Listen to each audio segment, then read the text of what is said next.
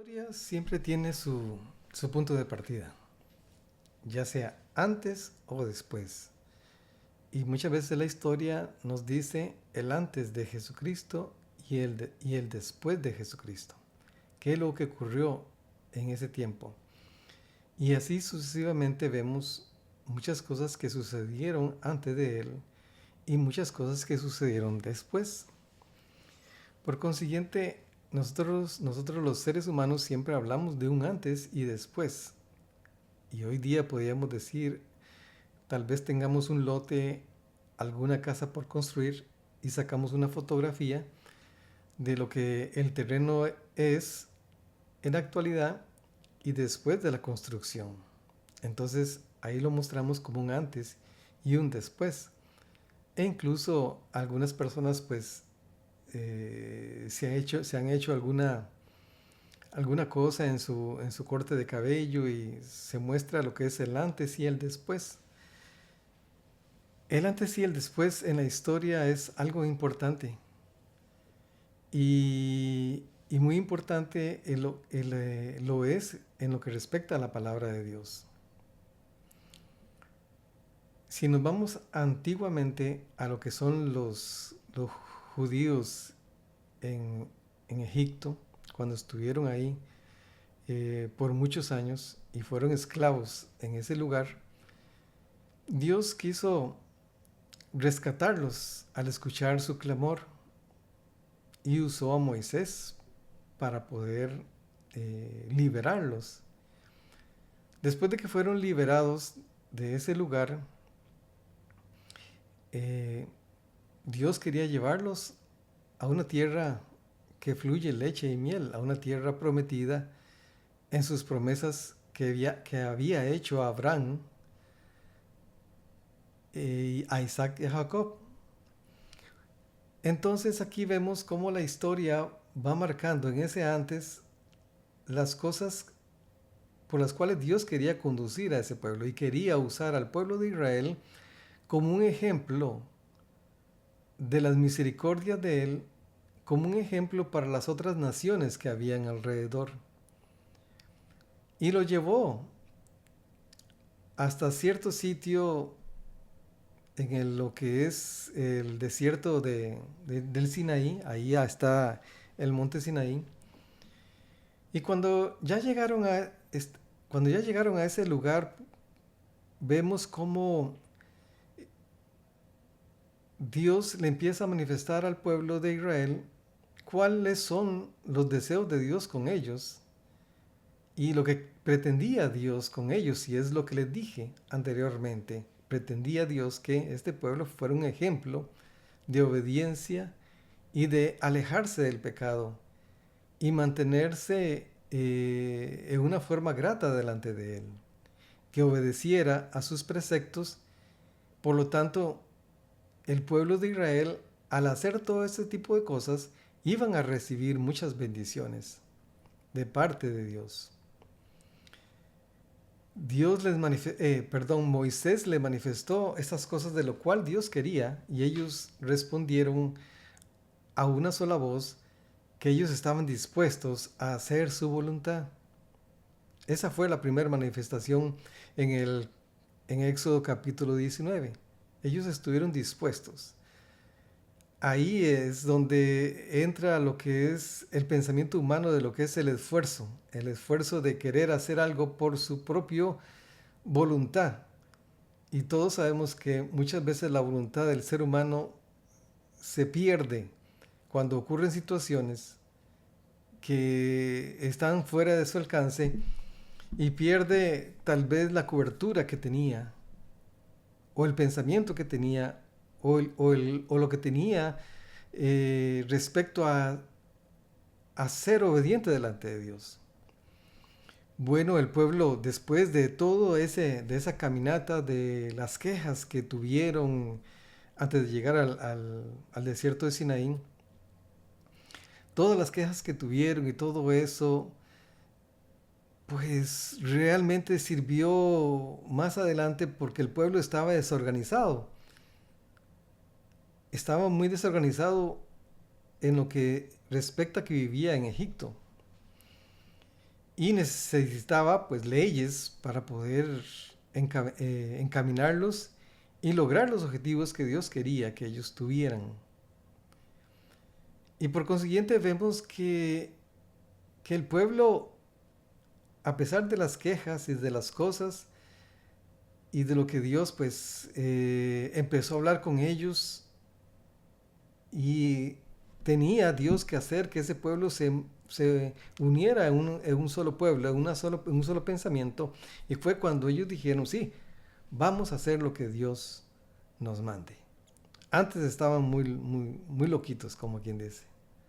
Bueno, vemos que el pueblo de Israel ya ante el monte Sinaí, el pueblo estaba temeroso de todo lo que ocurría en ese monte, de truenos, de destellos, nubes que se posaban en el monte, y Moisés subió a ese monte, y allá en el monte Dios le entregó las leyes y todas las cosas que eran necesarias para poder que este pueblo caminara. Y ahí, después de que le entregó las leyes, el pueblo, después de que Moisés tardara como 40 días y 40 noches en ese lugar y no se presentaba, pensaron que ya no iba a volver. Entonces, realmente, después de que habían dicho, o después que habían dicho que iban a caminar con Dios, vemos después de que se le entregaron los mandamientos, el pueblo empezó a rebelarse y empezó a decir, no, hagamos algunos dioses que nos guíen, porque ya Moisés ya no vino y necesitamos dioses. Empezaron a hacer con oro y todo un poco de dioses, y eso le llevó a la rebeldía. Y después de lo que ocurrió en ese lugar, Moisés llegó, vio al pueblo totalmente disperso, cambiado en otra forma, y quebró las tablas de la ley. Y en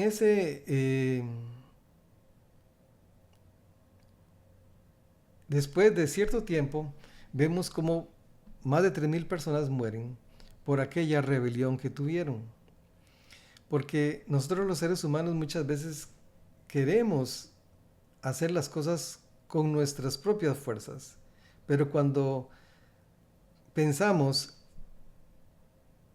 en las fuerzas que Dios nos da, perdemos la dirección y buscamos nuestros propios intereses, y es ahí donde nos perdemos. Realmente el pueblo estaba dispuesto, y muchas veces nosotros estamos dispuestos, pero ocurren cosas a nuestro alrededor que nos desvían, nos perdemos de lo que Dios quiere en la vida de nosotros. Mire que Dios es bueno y maravilloso en todo momento. A pesar de, Dios no destruyó todo el pueblo, sino que el pueblo continuó a lo que Dios había prometido, a llevarlos a la tierra prometida. Tenían que regirse por este montón de cosas. En el monte Sinaí se le dieron mandamientos, que eran mandamientos de no hacer esto, no hacer lo otro, no matarás, no dirás falso testimonio, no hurtarás. Bueno, todo un montón de no negativo que había ahí en esas palabras. El pueblo tenía miedo. Le decía a Moisés que cuando quería decirle algo al pueblo, que fuera él y no Dios, porque le tenían temor. Hay veces la ley infunde temor. Muchas veces la ley infunde temor. Y la ley, si la violas, tienes que pagar, porque esa es la ley. Y aquí, justamente con la ley que le fue entregado, después con el tiempo se le agregaron, digamos que por decirlo así, otros artículos que fue aún más imposible de obedecerla. La ley estaba hecha para mostrarnos a Cristo en el futuro, para mostrarnos acerca de su redención. Pero para un ser humano simple y corriente, a no ser que fuera Jesucristo, era imposible, no había manera, con solamente que se violara una norma de la ley, se perdía todo. O sea, éramos condenados hacia el pecado. No teníamos redención. Totalmente estábamos en esa actitud. No teníamos posibilidades de nada. O sea, en otras palabras, una persona moría y no tenía salvación. No tenía vida eterna. Lo que iba a tener es una vida de muerte eterna. Es lo que había nada más. Por eso, si vemos la historia demarca muchas cosas hermosas. Negativas en cierta forma, pero no son tan negativas porque al final de cuentas lo que nos iba a llevar esa ley era a mostrarnos a Jesucristo, y lo más valioso de todas las cosas. La historia continuó y se siguió hablando acerca de él, se siguió hablando acerca de, en las profecías de diferentes profetas, de lo que iba a suceder, de lo que iba a venir a ser Jesucristo. Recuerden que la ley es imposible. O sea, por medio de la ley no puede ser salvo. Por medio de la ley no puede ser salvo. Porque por medio de la ley nos es conocimiento de lo que es el pecado. Y la ley vino a darnos conocimiento de lo que hacíamos mal. En el aspecto de decir no matarás. Si no hubiera ley para decir no matarás, pero entonces la persona no sabía si estaba haciendo bien o no, o estaba haciendo mal. Pero la ley decía que se estaba violando ciertas cosas y por consiguiente requerías castigo con respecto a eso. Las normas son importantes y son importantes para el crecimiento de nuestra vida. Pero vemos luego después que por medio de la misma ley que fue el conocimiento del pecado, y el pecado nos lleva a la ruina, qué terrible eso. Cuando llegó el momento, y esto sucedió en Hechos capítulo 2, que después de la muerte y resurrección de nuestro Señor Jesucristo, vemos cómo Jesucristo instruyó a sus 12 discípulos y cómo les habló acerca de dónde esperarse cuando Él partiera. Y les habló acerca de una gran promesa, y es la venida del Espíritu Santo. Y después, justamente en capítulo 2, en ese día de Pentecostés, cuando todos estaban juntos, en el día de Pentecostés, cuando se recibió la ley, hubieron muchos muertos, como 3,000 muertos.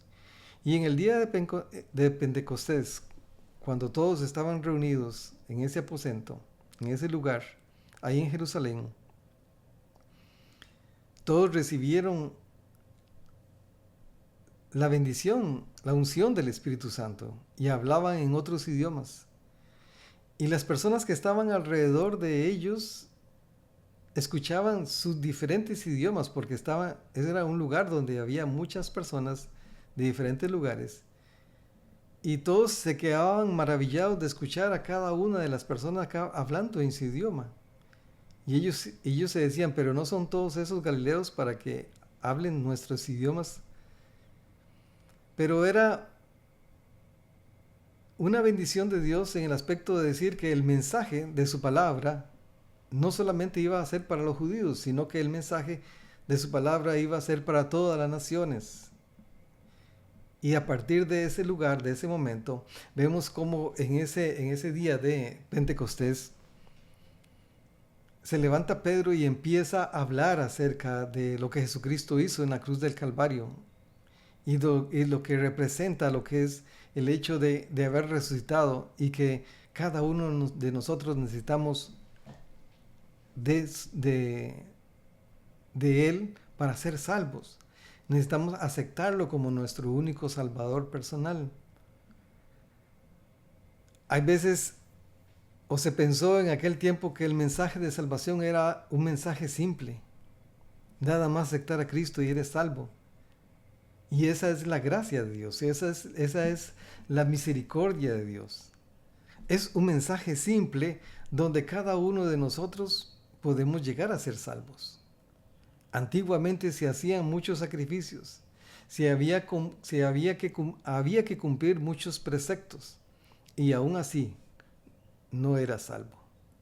Tenías muerte eterna, porque eso era la ley. Pero cuando vino ese día de Pentecostés, dice que 3,000 personas aceptaron a Cristo como su Salvador personal. Vea la gran diferencia. En aquel lugar, en la antigüedad, en el antes de Jesucristo, el monte humeaba, habían destellos, había miedo, había susto de lo que estaba ocurriendo. Mas en este día de Pentecostés, justamente en el Hechos capítulo 2, había avivamiento, había gozo, había algarabía, la gente se sentía libre por primera vez, porque no necesitaban ya de sacrificios para que sus pecados fueran perdonados, sino que vino Jesucristo como único cordero, sin mancha, el único humano que pudo cumplir la ley. Nadie no pudo hacerlo, pero él sí. ¿Por qué? Porque por medio de él era la forma en que nosotros podíamos ser salvos, porque por nosotros, por nuestra propia cuenta, era imposible. No se podía lograr.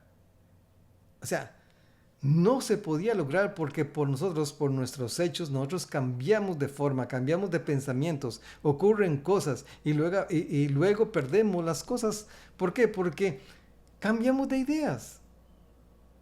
Y por lo tanto necesitamos un Salvador que nos ayudara a que esa actitud que teníamos y que el pecado era